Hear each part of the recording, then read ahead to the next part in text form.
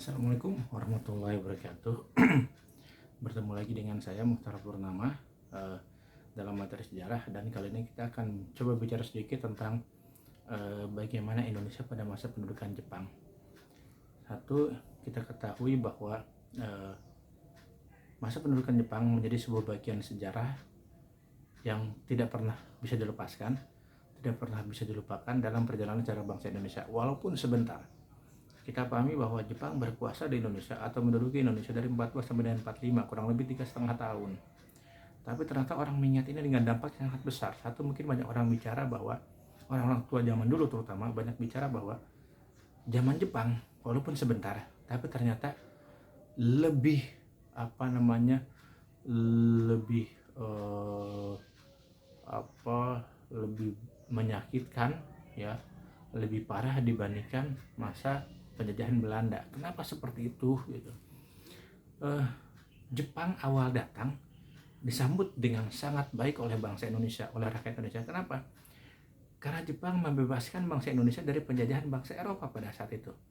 Melepaskan bangsa Indonesia dari bangsa Belanda, dan kemudian mengeluarkan kebijakan-kebijakan yang awalnya kurang lebih 2 atau 3 bulan di awal, ini kebijakan-kebijakan yang sangat menguntungkan Indonesia, kebijakan-kebijakan yang sangat menyenangkan rakyat Indonesia. Contohnya apa? Kebijakan kita boleh mengibarkan bendera merah putih, boleh menyanyikan lagu kebangsaan Indonesia Raya dengan sangat bebas, memberikan kebebasan berpolitik dan lain-lain kepada bangsa kita, membebaskan para tokoh-tokoh bangsa kita yang ditawan oleh Belanda, dan lain sebagainya. Kebijakan yang tidak pernah dilakukan kepada Indonesia di zaman penjajahan Belanda, tapi dilakukan di zaman Jepang. Tapi apakah kebijakan ini bertahan lamanya? Tidak, hanya 2-3 bulan. Setelah itu bagaimana? Jepang mulai menunjukkan tujuan aslinya datang ke Indonesia itu. Apa tujuan aslinya? Tujuan aslinya menjadikan Indonesia sebagai sebuah basis pertahanan, basis sumber daya alam, basis sumber daya manusia untuk tujuan perang mereka, perang Asia Timur Raya atau perang Pasifik.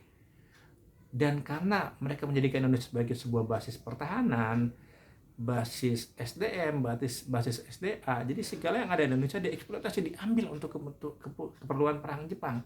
Dan ini yang membuat bahwa pendudukan Jepang menjadi lebih menyakitkan, menjadi lebih parah dibanding zaman Belanda di Indonesia, karena mereka mengambil semua. Mereka tidak butuh tinggal lama di Indonesia, mereka hanya butuh untuk mengambil segala yang ada di Indonesia untuk membantu mereka supaya bisa menang perang di perang Pasifik. Orang-orangnya diambil sebagai General Hoshi, ya, atau istilah kerja paksanya orang Musa, ya.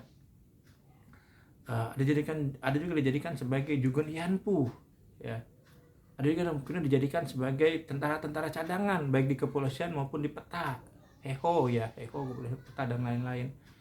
Ya, jadi memang itu menjadi lebih parah, walaupun ada segi positifnya. Contohnya dengan peta, dengan adanya peta, bangsa Indonesia menjadi mendapatkan sebuah pendidikan militer yang nanti berguna buat bangsa Indonesia ketika masa revolusi kemerdekaan. Ya, jadi itu sedikit segelintir tentang bagaimana Indonesia pada masa pendudukan Jepang. Demikian, semoga bermanfaat. Assalamualaikum warahmatullahi wabarakatuh.